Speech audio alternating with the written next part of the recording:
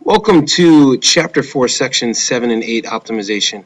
And in this section, we're going to continue to optimize functions, meaning finding the absolute maximum and absolute minimum. But we're going to look at more applied situations.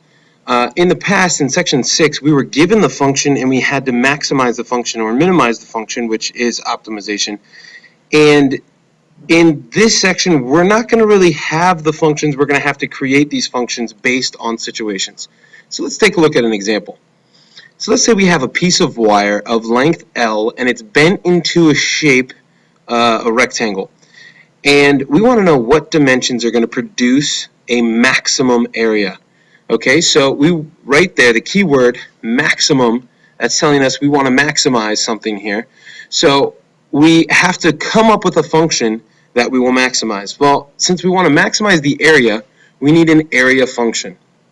Okay, and we're going to call that function A, and we're going to say it's a function of x. Okay, L is our length of the wire, and that is a constant, and that's one thing to remember here. We're going to treat L just like we would any other number, like if it were the number 3, 15, whatever it may be, we're going to treat it just like that. So we know the derivative of L with respect to x is 0, and that's important.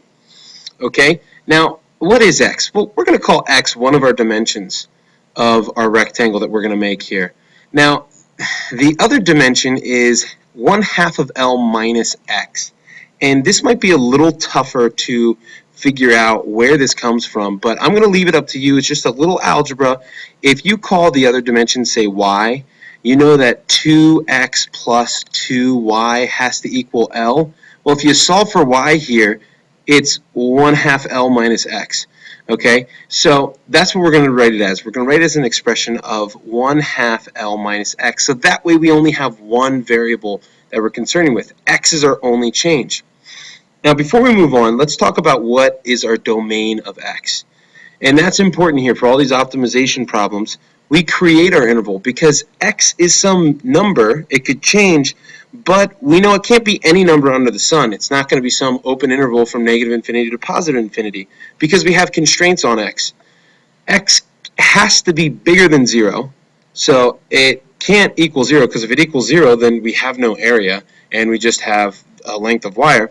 And x at the most can be 1/2 of L. And you might ask, where did that come from? Well, that comes from the fact that L over 2 minus x has to be a positive number. And so if L over 2 minus x is greater than 0, well then L over 2 has to be greater than x. Okay, because we can't have a negative length of a side. So that's got to be true. So there are constraints.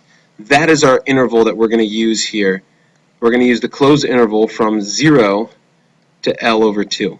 Okay, now we still have to write our function that we're going to optimize here.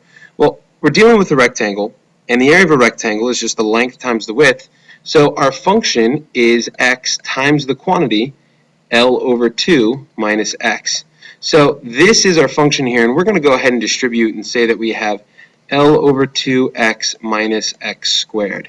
And that is A of x. And so we want to optimize this over the interval 0 to L over 2. So we need to take the derivative. Just like any other optimization problem we've done, take the derivative, find the critical points, check critical points and endpoints, see what gives us a max. And that's what we want here. We want a max area.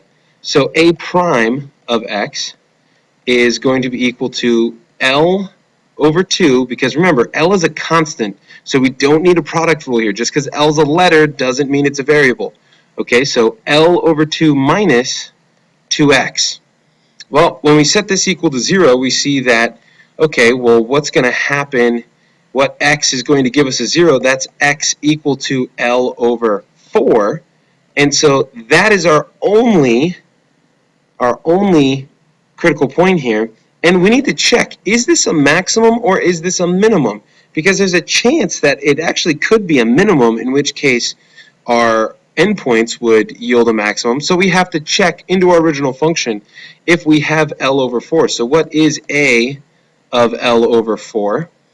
Well, that gives us L over 4 times the quantity L over 2 minus L over 4.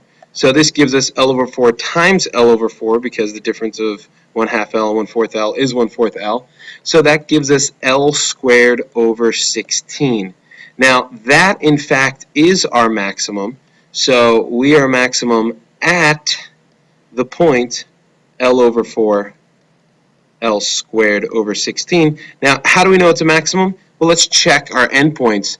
If x is 0, well, then our area is 0. If x is L over 2, then once again our area is 0. So therefore, this is our max. L over 4 gives us our maximum side length, which means that our maximum area is L squared over 16.